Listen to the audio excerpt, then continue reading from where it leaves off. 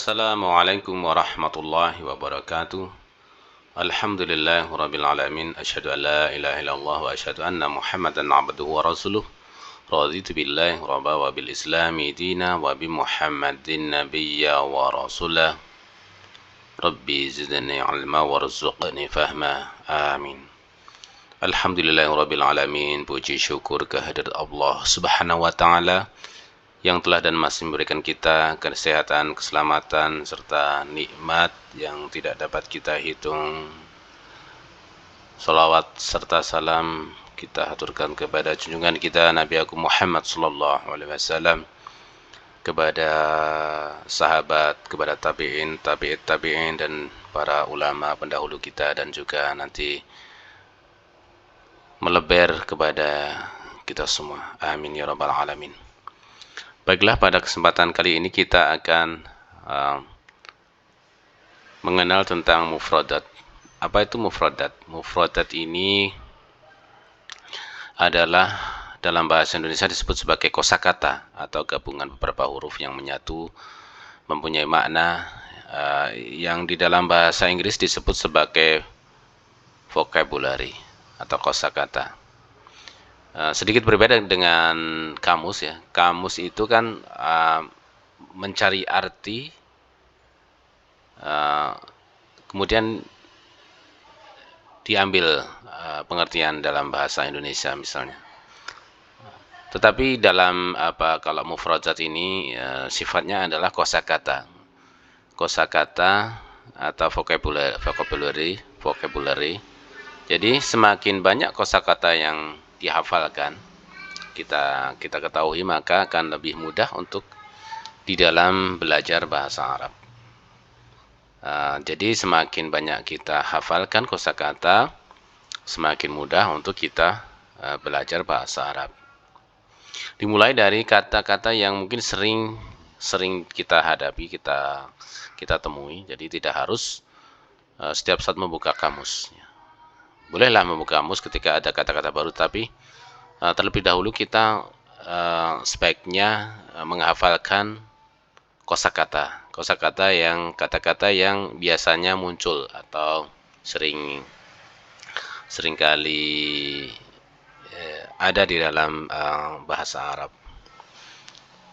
Kalau di dalam kitab kuning sering kita mendengar tentang kamus al-mufradat. Nanti ada 3000 kata yang paling sering muncul di dalam kitab Arab Gundul ya. Ini tulisan apa? Jadi ini adalah tulisan dari Dr. Daud Abduh di Mesir ya, menyajikan ada 3000 kata yang paling sering muncul ya. Jadi ini semacam glosarium atau kosakata yang harus sangat dianjurkan ya, kalau bisa hafal ya tentang kosakata ini. Jadi kalau di dalam buku ini kita cek di isinya. Ini ada pengantar, kemudian ada. Di sini ada pesan ya dari penerbit atau penerjemah. Banyak kalangan aktivis yang mencoba mempelajari bahasa Arab atau membaca kitab Gundul namun kandas di tengah jalan. Ada banyak faktor yang melatar belakangnya, diantaranya adalah karena pengetahuan tentang kaidah bahasa yang tidak dibarengi dengan perbendaharaan kosakata yang cukup. Jadi praktis titik jenuh ini menghinggapi sebagian besar mereka. Jadi menjadi titik jenuh ya. Jadi ini karena harus ada semacam kosakata yang di list atau yang sering muncul. Jadi Kalau di dalam buku ini diurutkan berdasarkan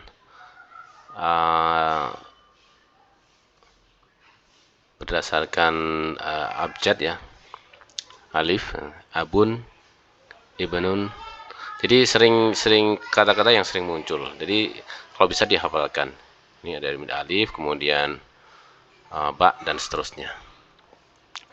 Kemudian kalau di dalam sekolah-sekolah madrasah dan lain-lain, ini seringkali kita mendengar tentang mufradat yang disusun berdasarkan level ya. Ada level 1 sampai level 6.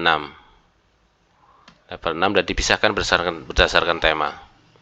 Ini saya ambil dari buku mufradatnya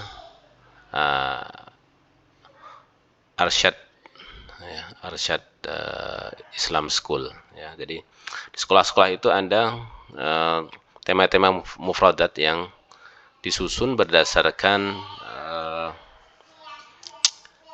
tema, kemudian ada level ya. Jadi misalnya untuk yang level 1 menghafalkan terkait dengan kosakata angka ya. 1 wahidun, kemudian 2 isnaini, kemudian 3 salah satun, kemudian 4 arba'atun, dan seterusnya. Kemudian waktu ya, hari ya, yaumul ahadi. Kalau ahad itu kan ahadun, tapi kalau yaumul ahadi jadi kan hari ahad. Yaumul isnaini ya. Di sini ada majrur. Kemarin sudah kita sedikit singgung terkait dengan idhofah ya. Kenapa bisa harusnya kan kalau hari kan yaumun ya. Jadi itu karena faktor idhofah. Dan kemudian al-ahadu menjadi ahadi karena majrur menjadi karena faktor idhofah. Jadi untuk penting juga setelah mengetahui dasar-dasar nahwu, kemudian mencoba menghafal kosakata. Jadi sedikit demi sedikit dihafalkan. Kemudian kata ganti atau dhamir ya, huwa, huma, hum, hiya, huma, hunna, anta, antuma, antum, anti, antuma, antunna, ana, dan nahnu. Kemudian kata hubung atau huruf ya, ada min, ila, ala, dan seterusnya. Jadi harus dihafalkan sedikit demi sedikit karena untuk memperkaya, menunjang daripada belajar bahasa Arab. Misalnya warna itu ada warna putih, merah, dan seterusnya. Jadi sudah dikelompokkan berdasarkan tema mufradat. Jadi kemudian juga ada level-levelnya. Kemudian misalnya di level, semua level itu ada tentang misalnya bilangan ya, bilangan. Nah, kalau di level 1 itu angka-angka yang tunggal ya. Wahidun, isnaini itu kan 1, 2. Nah, di level 2 setelah pada level 1 itu cukup menguasai, kemudian naik ke level selanjutnya, misalnya angka 11 ya. Kalau 10 berarti kan asyaratun ya, jadi kemudian 11 ahada asyara, kemudian 12 isna asyara, salasa asyara, arba'ata asyara. Jadi 11, 12, dan seterusnya. Kemudian 20 ada ishrun, ishruna. Jadi 21 menjadi wahidun wa ashruna. Ya, wahidun wa ashruna. Jadi semacam itu ada level-levelnya. Jadi dipelajari secara bertahap berdasarkan level ya. Kemudian ada juga terkait dengan keluarga ya, keluarga misalnya ya. Di semua level ada, ya, beberapa level ada ya, 1, 2, level 1 dan 2 aja. Jadi di level 1 itu ada keluarga dekat sampai kakak, adik perempuan. Nah, kemudian di level 2 ada misalnya paman, bibi dan seterusnya. Jadi nah, ini adalah keluarga inti, kakek, nenek dan seterusnya. Jadi ada pembagian semacam kurikulum ya, kurikulum sehingga dihafalkan dulu di level 1, nanti setelah sedikit demi sedikit dihafalkan, maka bertahap untuk di level selanjutnya. Nah, ini sudah kita coba dibuat spreadsheet dan di sheet mufradatnya.